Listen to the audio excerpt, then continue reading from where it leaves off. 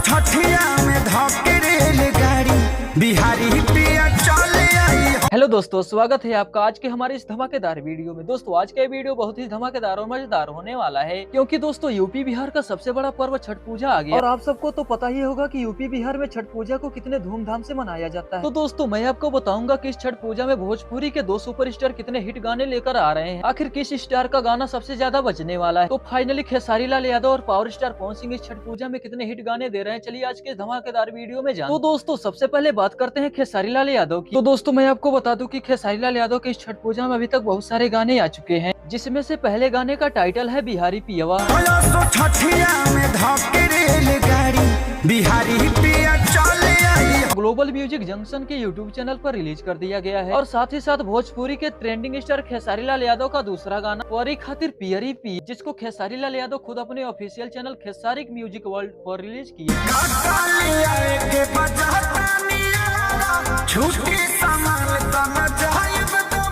खेसारी लाल यादव का तीसरा गाना है और के बेरा, जिसको ग्लोबल म्यूजिक जंक्शन की यूट्यूब चैनल पर रिलीज किया गया।